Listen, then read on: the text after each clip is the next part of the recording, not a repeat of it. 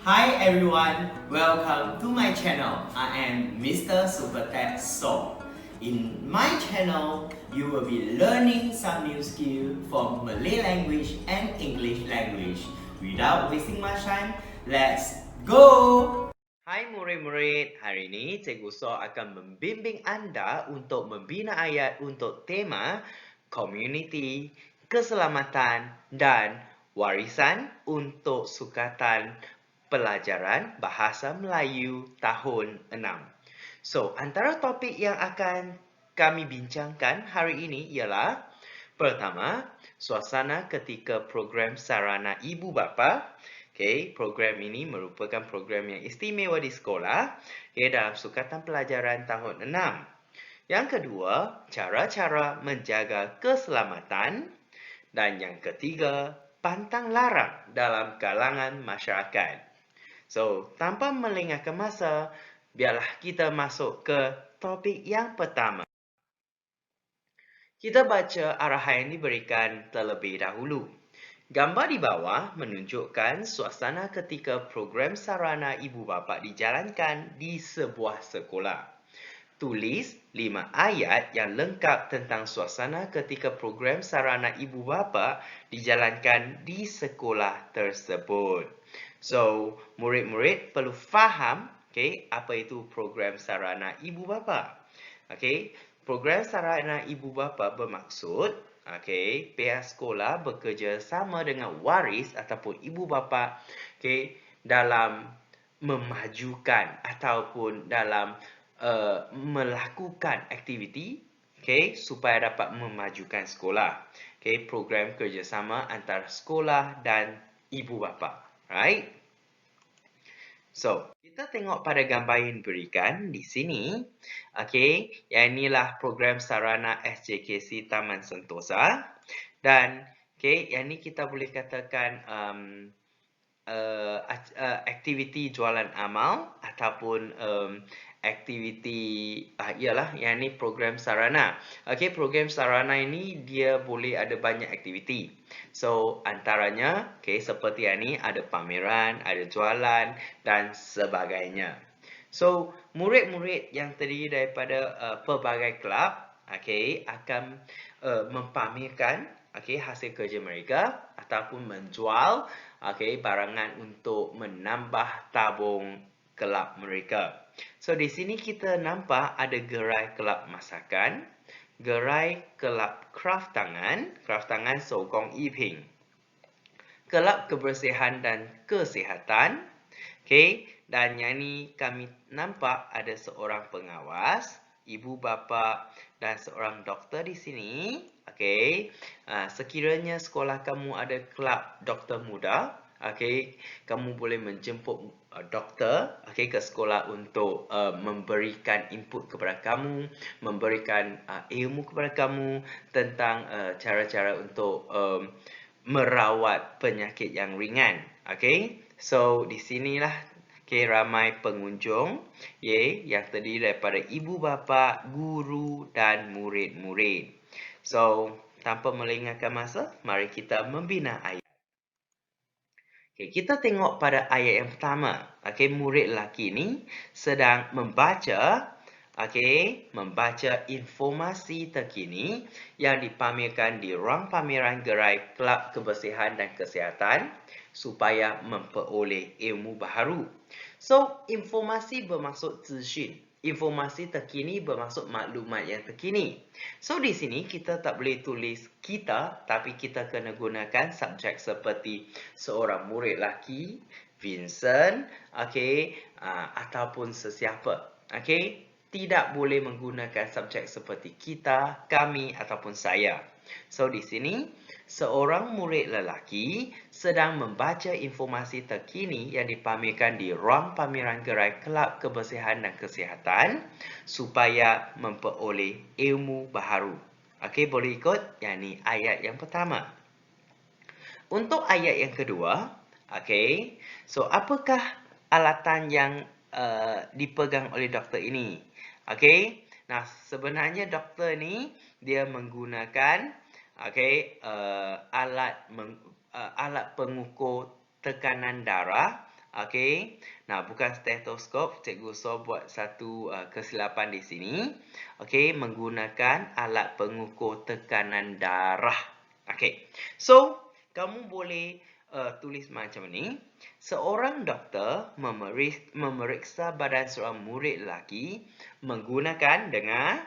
Okey, bukan stetoskop. Stetoskop untuk mendengar denyutan jantung. 这不是 stetoskop 啊，这是量血压的。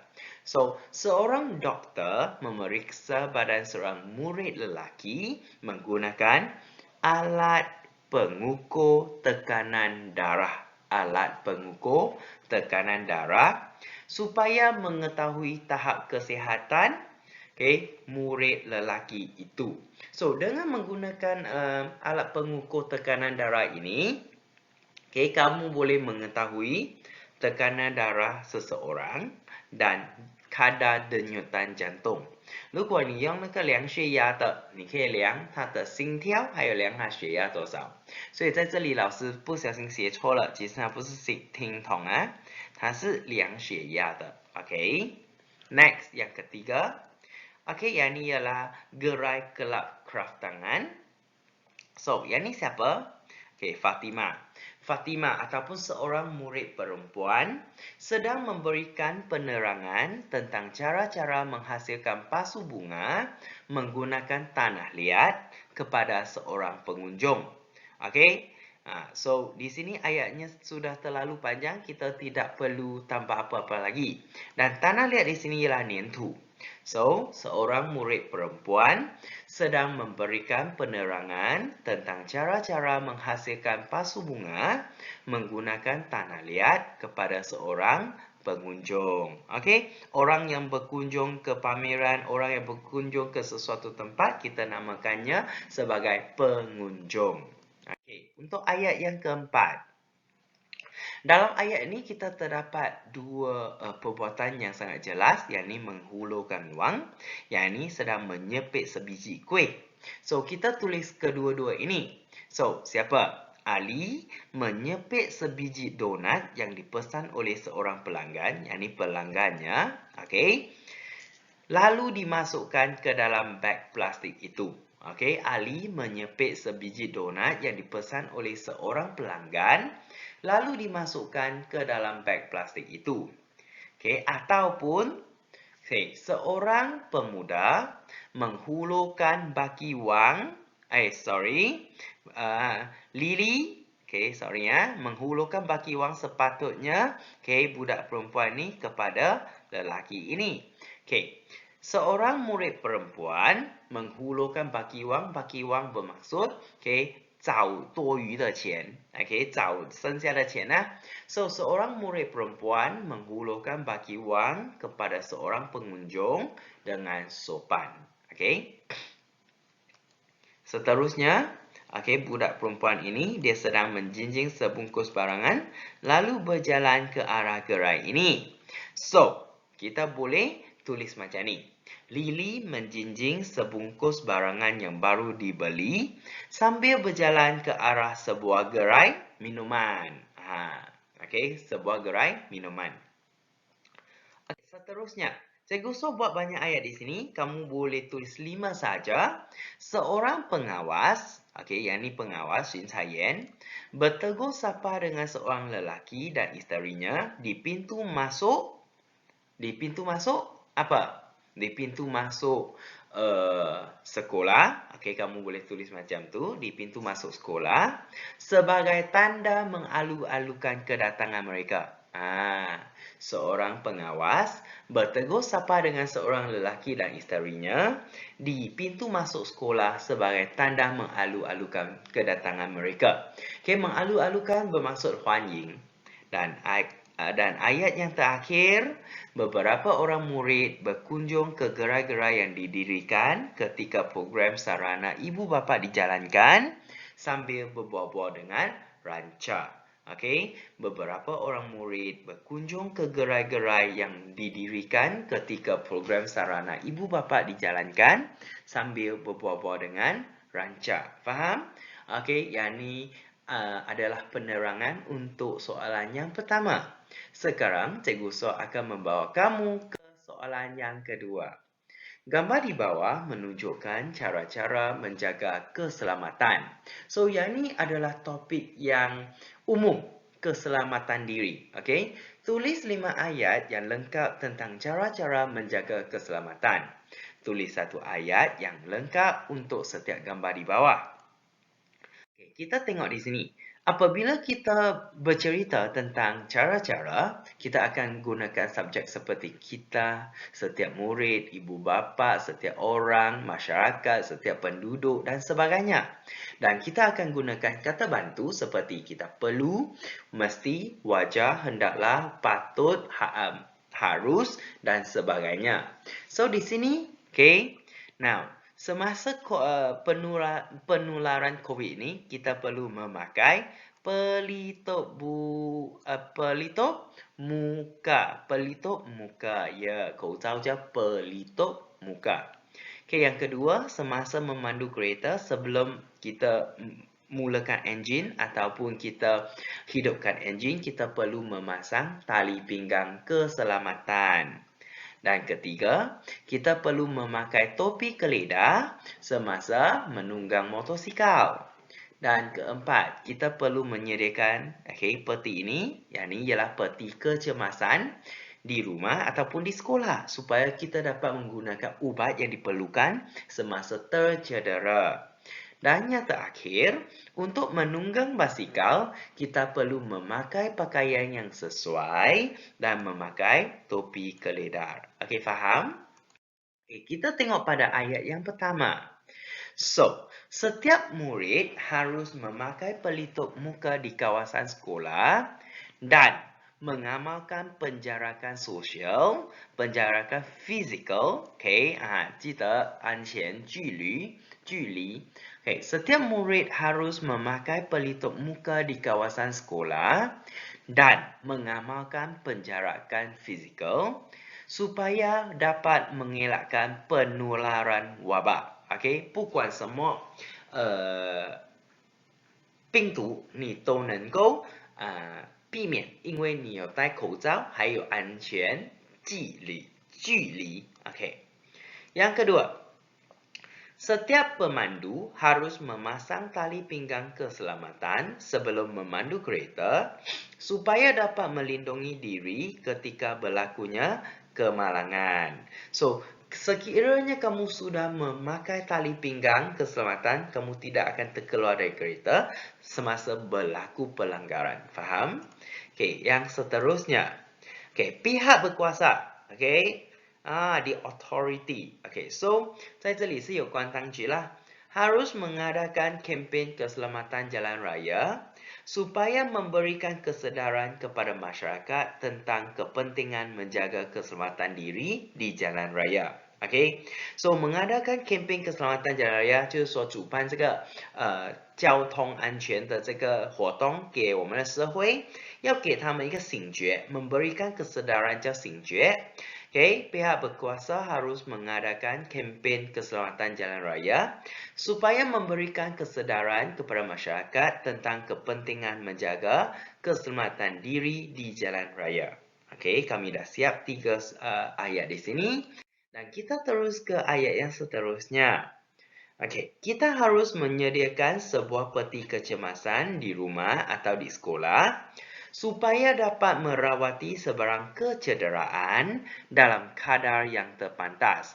Dan kadar yang terpantas bermaksud 在最快时间能够治疗那个伤口. Okay?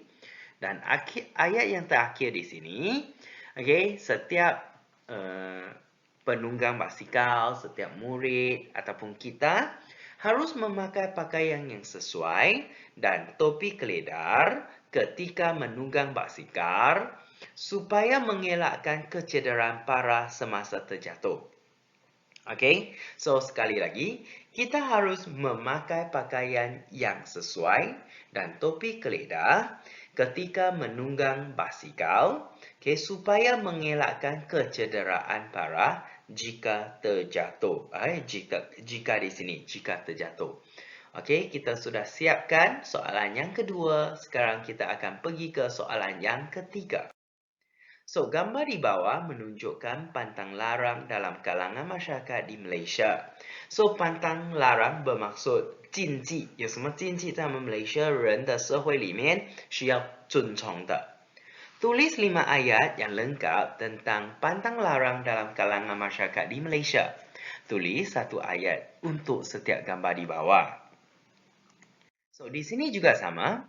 Okay, apabila kita tulis tentang karangan jenis macam ni ataupun ayat jenis fakta macam ni, kita akan gunakan cara yang sama seperti kita menulis ayat untuk cara-cara.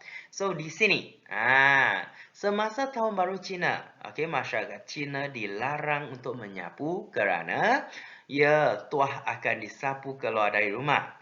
Ong-ong sudah tak ada. Yang kedua, kita tidak boleh makan sambil berjalan. Kerana tidak baik untuk kesihatan. Betul?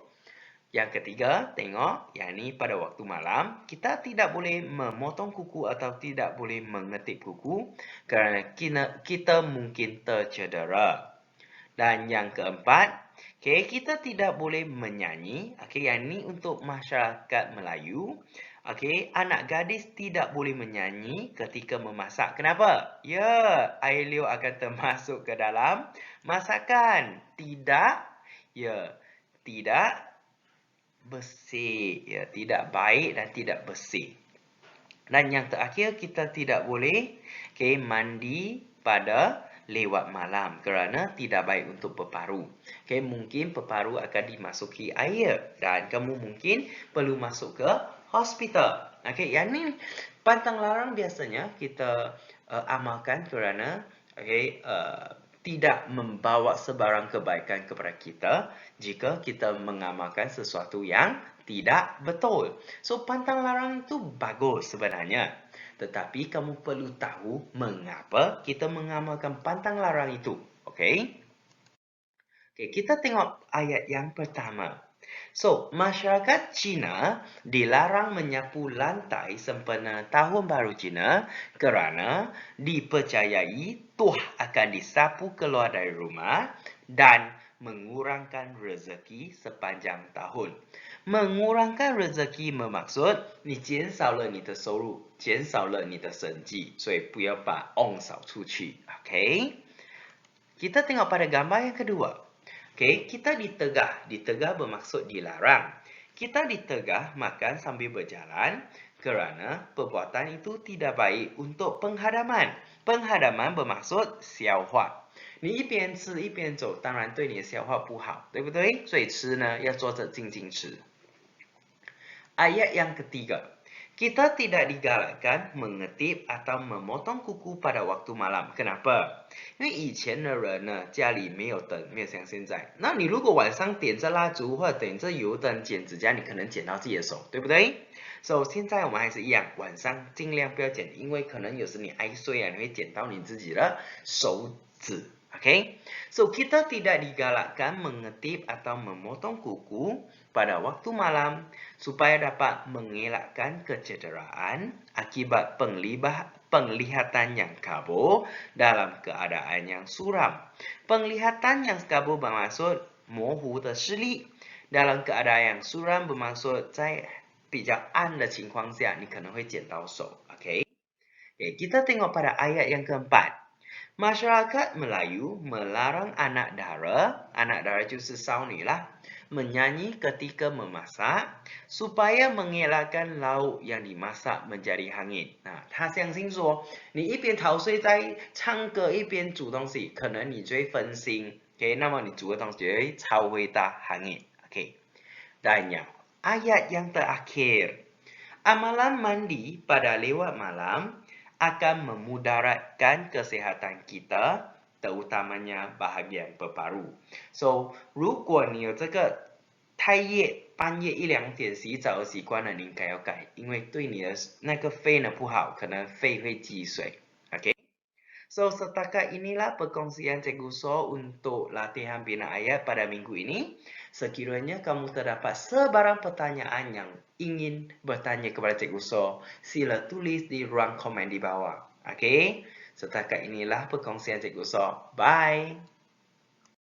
If you like my channel after watching my videos, don't forget to subscribe and like my video.